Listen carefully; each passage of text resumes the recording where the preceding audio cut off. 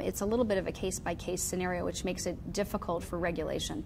There have been improved methods with what's known as inline inspection tools, which is essentially they put a pig through the pipeline and it takes these images, much like a kind of an MRI, if you will, to determine and detect, any types of abnormalities of dents and concerns for cracking and the like.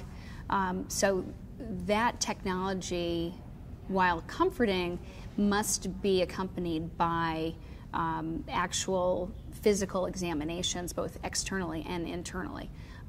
So where you have pipelines that are literally underwater or in waterways, that kind of ground truthing, if you will, where they're corroborating the evidence of the inline inspection tools, becomes much more challenging than it would be on land. Having a very stringent safety protocol, regular both visual and technical inspections, maintenance, making sure that replacements happen where they're needed. I think the challenge is that the onus is really placed on the pipeline operators, and because of the fact that PHMSA, which is the federal pipeline agency responsible for safety, they have very, very limited resources. They have about 151 inspectors to review 2.6 million miles of pipelines.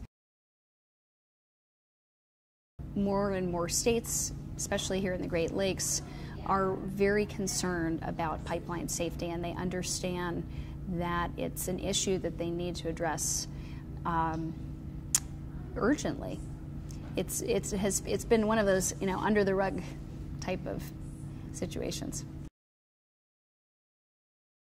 Humans, I think, are creatures of crises, and so we respond post-crisis. And so I think it's our hope that we can be proactive and think this through, because we have energy needs. There is demand. So there is obviously increased pressure and need, which is why we're seeing this uptick in the railroad transportation. I think we have to seriously consider whether or not it is it's safe to carry highly volatile chemicals via train. I think the regulations have to catch up. The chemical industry is highly regulated to a much greater degree than oil and gas, and it is part of this holistic understanding and evaluation of modes of transportation that will be ultimately safest for the environment and for human safety and welfare. It absolutely could be of catastrophic proportions. The question about and the inquiry about transport of oil in, on, or under the Great Lakes is critical. And what the questions that come up are, are we willing to wager a catastrophic oil spill in freshwater seas? And I think the answer is that we cannot allow that kind of risk. I think it is unacceptable because of the huge harm to a $64 billion economy, because so much our way of life depends on these waters. And the first responders, the Coast Guard, are unable to actually handle an emergency response. So no matter how many drills we try to coordinate, we will never be able to bring up enough boom. We will never be able to, then there are all sorts of other implications. If we have heavy tar sands, for example, those types of product will sink, and then the VOCs, the volatile organic compounds, will volatilize within 12 hours, and the traditional boom system for oil cleanup will be moot, and you cannot use any more. You cannot use that traditional oil recovery method, and it's like molasses just coating the bottom of the lakes or streams. I think this issue speaks to the hearts and minds of everybody in the Great Lakes, because the impacts that will be felt most locally will certainly have ripple effects. Remember that time that Mackinac Island was surrounded in oil? Remember that? Do you want a vacation there?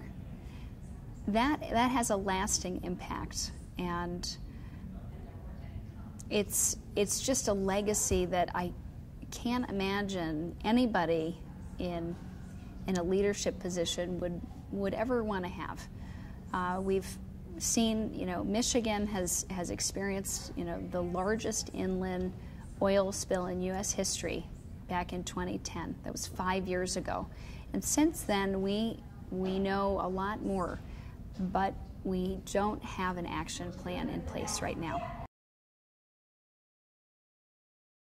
I think the issue of the Line 5 Straits pipelines will hit home, because this is a story about a 62-year-old petroleum pipeline that's resting on the bottomlands of Lake Michigan.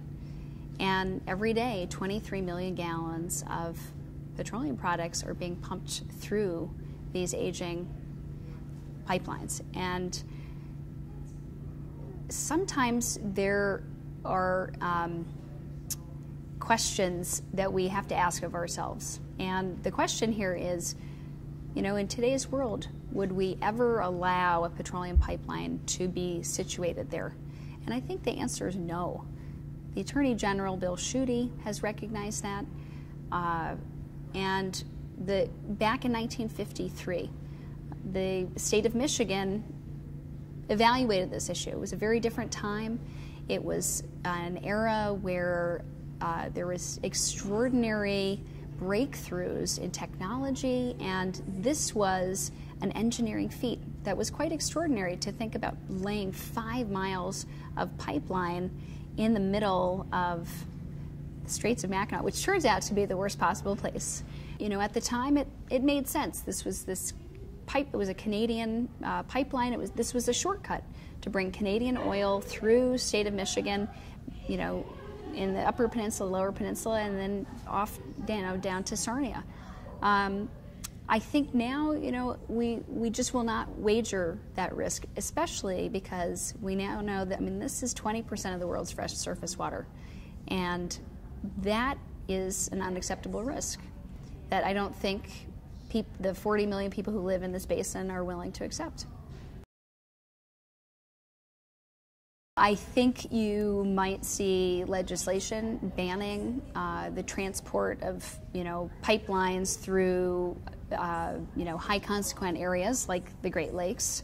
I think we would potentially have greater precautions in place for existing and future pipelines that are going through waterways. I think there would be almost like a NEPA kind of review. So that's National Environmental Protection Act, and what I mean there is that in the routing and the siting of new pipelines, for example, the PHMSA, the Federal Pipeline Agency, would demand a rerouting, of the feasible, the best alternative that would avoid as many waterways as possible. The legacy of a catastrophic oil spill in the Great Lakes is something that nobody wants to see on their watch. And these Great Lakes are, our heritage. They're a shared and common resource that we are so fortunate to have. It is the lifeblood of our economy, our way of life, and we have that duty to honor, our children and the next generations, because this is the greatest asset that we have.